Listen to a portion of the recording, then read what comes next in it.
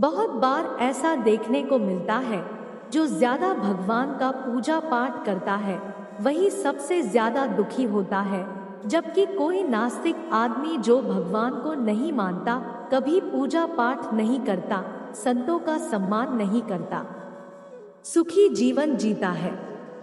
यह सब चीजें देखकर कभी कभी तो ऐसा लगता है कि भगवान ही गलत है, का न्याय ही गलत है। ऐसा हर किसी के साथ होता है। एक गुरु की दो चले थे, दोनों ही पढ़े लिखे विद्वान थे। दोनों में फर्क सिर्फ इतना था, भगवान को मानने वाला था और दूसरा भगवान को न मानने वाला नास्तिक था। एक था जहां पर भगवान की कथा होती, जहां सत्संग होता, भजन होता था, वहां दौड़ के चला जाता और भगवान की पूजा पाठ करने लगता। दूसरा शेषर इन सब चीजों से काफी दूर था, वह शराब पाना भी करता था, विषयों के साथ गमन करता था। सारे बुरी आदतें दूसरे शिष्यों में थी। एक दिन क्या हुआ, एक शीशी शराब पीकर अनाप शनाप बोलते हुए रास्ते में पैदल चलते हुए अपने घर को जा रहा था। अचानक उस रास्ते में पेशों से भरा एक भी उसके खुशी का ठिकाना नहीं, वह जोर जोर से चिल्लाते हुए सबको बचाता, मुझे आज पैसों से भरे बैग की थैली मिल गई, मेरा जीवन सफल हो गया, इन पैसों से अपने जीवन की आवश्यकताओं की पूर्ति करूंगा। वहीं दूसरा मित्र मंदिर से भजन करते हुए अपने घर को जा रहा था।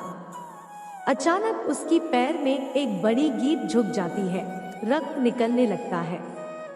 ठीक उसी समय दूसरा शिष्य भी वहीं पहुंचता है और हंसते हुए उसको बोलने लगता है, क्यों तुम्हें ही लगी जो सबसे ज्यादा पूजा पाठ करते हो, क्या दिया तुम्हारे भगवान ने तुम्हें? मुझे देखो, मैं कभी मंदिर नहीं गया, कोई भी काम अच्छा नहीं किया, मेरे घर में भगवान का मंदिर भी नहीं, मैंने कभी अपने घर में सत्यनारायण की कथा नहीं कराई, भगवान के सामने कभी माथा नहीं टेका, फिर भी मैं कितना संपन्न हूँ, अमीर हूँ, मेरे पास पैसों की कोई कमी नहीं है, सबसे ज्यादा सुखी जीवन न जी रहा हूँ। अच्छे से शिष्यों को उसकी बात चुभने लगे।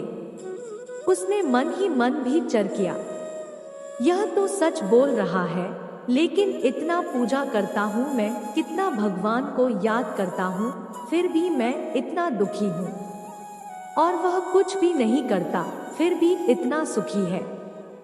इतना सोचते हुए वह चला जाता है और यही प्रश्न गुरु से करता है। गुरु जी मुस्कुराते हुए बोले, भगवान जो करते ही अच्छे के लिए करते हैं, जिसके जैसे योग्यता होती है उसको उसी के अनुसार फल देते हैं। अब तुम्हारे प्रश्नों का उत्तर तुम जानते हो, भगवान ने तुम्हारे पैर किल क्यों चुभाई और उसको पैसों से भरी हुई बैग क्यों मिली? सुनो, तुमने पिछले जन्म में बहुत बार किया था, इसलिए तुम्हारी आज मौत होने वाली थी।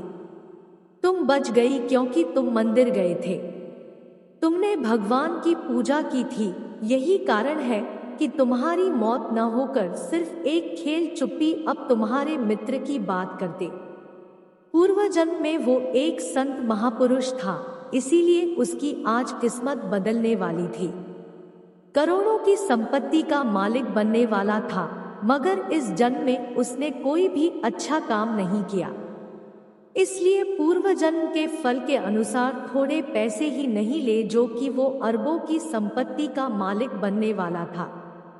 भगवान दोष देना छोड़कर हम अपने वर्तमान के समय का सदुपयोग करना चाहिए।